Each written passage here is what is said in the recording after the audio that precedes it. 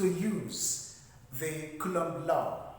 Today we are going to learn how to calculate some amount of problems or the net force acting on 3-point charges using the same Coulomb law that we investigated or that we learned last time. Okay, so what do? We have understood that Coulomb says some amount of force is given as K, Q1, Q2 all over this. This should serve as a reminder, okay? But before we delve into that, there is something I want us to understand. And it has to do with this diagram. What does this diagram mean? It means that there are 3-point charges. The net force acting on them is what we are expected to calculate.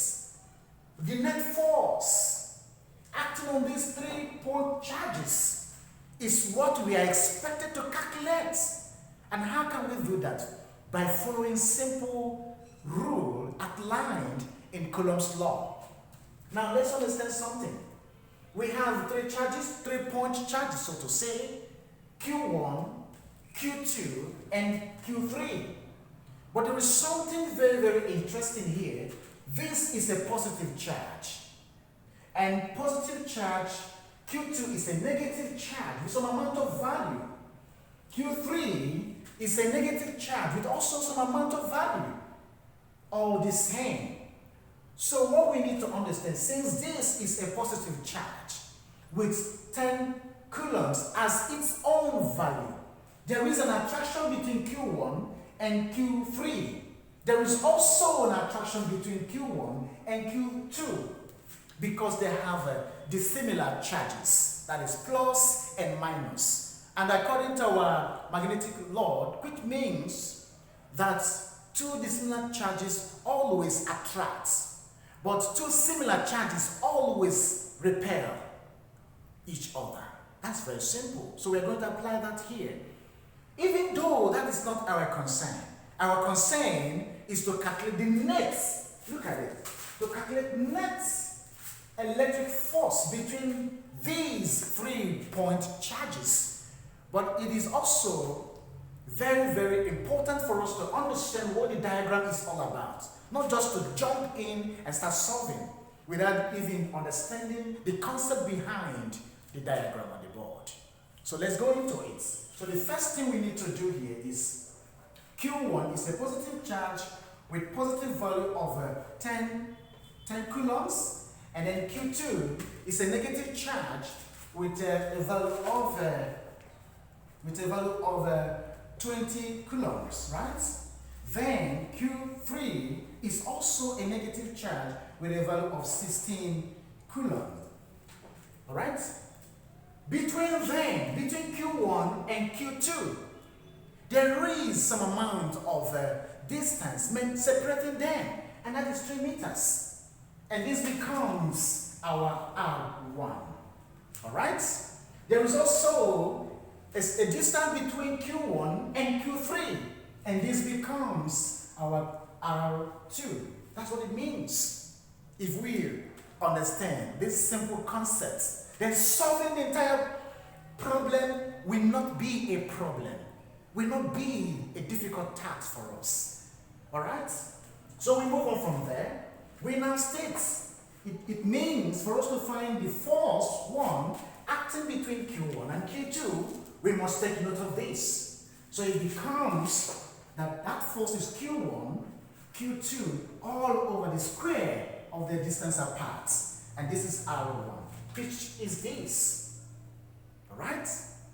Good. If we have understood this, this same thing happens if we take note of Q1 and Q3 and their distance apart, which is F2 is equal to Q1, Q3 all over R2 squared. Okay? Because this is the distance apart, R2. Now we have established this formula. It is now time for us to walk through it and substitute accordingly.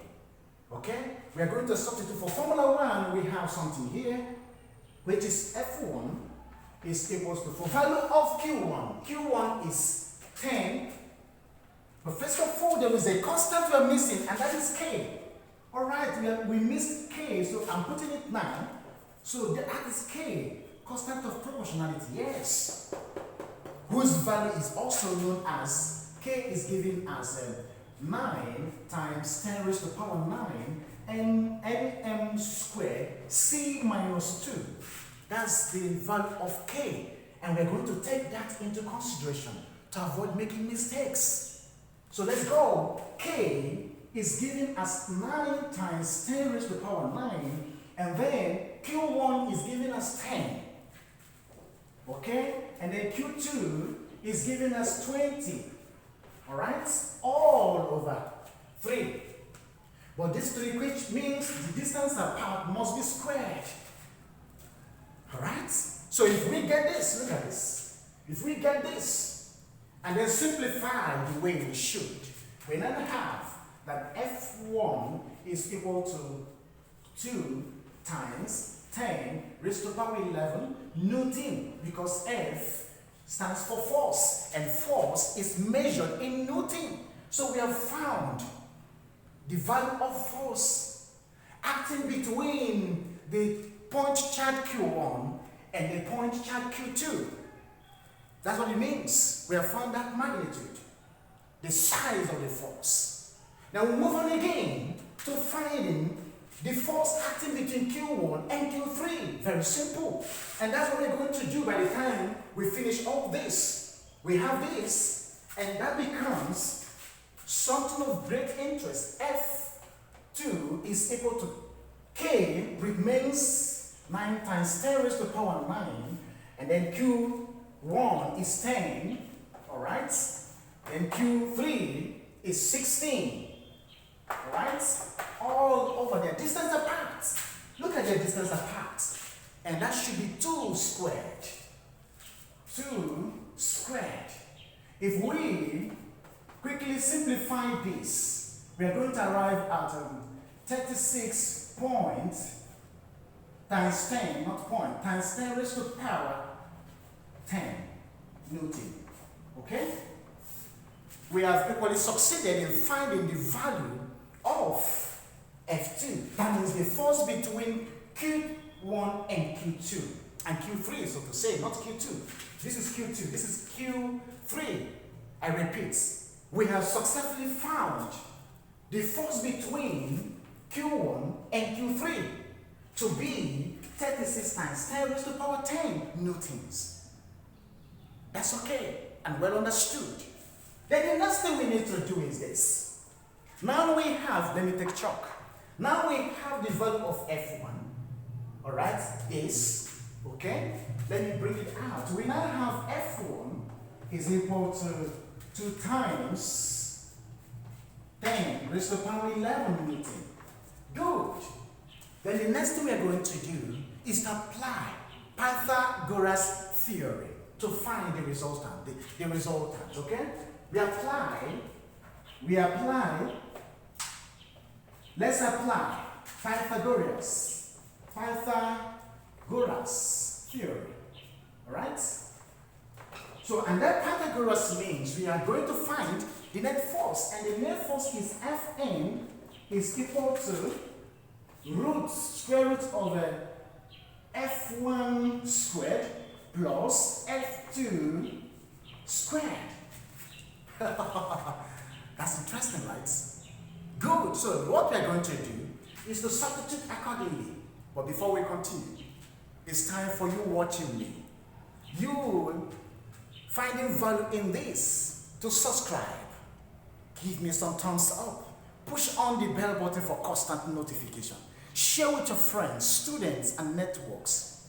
Belong to this family, my dear friends and viewers. Remain here, alright? So let's go. We put it back. We substitute where necessary. Where we have F1 is 2 times 10 raised to the power 11 all squared. Where we have F2 is 36 times 10 raised to the power 11 all squared. And by the time we do the needful, by the time we simplify and then find the square roots, we arrive at 4.12 times, guess what? What do you think it will be? Just watch us. What do you think it will be there? So we have done this, and we are trying to take it there. It becomes times 10 raised to the power 11 Newton. Give me chalk. All right. So we have the net force as this. Fn is the net force. Found. That's the net force. All right. Good. So what is remaining? Something is remaining. Something very, very important is remaining here. And I don't want to clean any part of the board. We are going to find a way and solve it. Now, how do we get that? We have understood this. So we may now clean off this. We want to clean off this. Or rather, we are cleaning off this to find the direction. The direction. Now we have found the net force. We can now take it from here. Look at it. We take it from here. Good. And this is the net force. Alright? Fn is equal to 4.12 times 10 raised to the power 11 Newton. That's what we have found. Now we need to find the direction of that force. And that is phi. And for us to find phi, we have that phi is equal to tan inverse, alright, brackets F1 all over F2, bracket close. We need to substitute instantly without wasting time so that we don't tan inverse, alright? We substitute. F1 is already known as 2 times 10 raised to the power 11. So we are going to normalize this. It becomes 3.6 times 10 raised to the power 11. Okay? And then by the time we simplify, first of all, we simplify and get all these things. We now have is going to be 32. It's going to be 32, 28 degrees. That's the phase. So here is 32.28 degrees. That's the direction. That's the direction this force, after impacting on them, 1, 2, 3 point charges. That's what it takes. So we can actually demonstrate this. Very simple. Can you see? Okay, extend it a bit, and we have this. And then take it up. That's what it means. This is exactly what we are asked, according to this question, to find. And we have done that. I want to use this moment to thank you for your patience. Thank you for your time. And remember, before I let you go, give me some thumbs up. Put on the bell button for constant notification. Don't forget to share with your friends, network, and students. Remember to belong to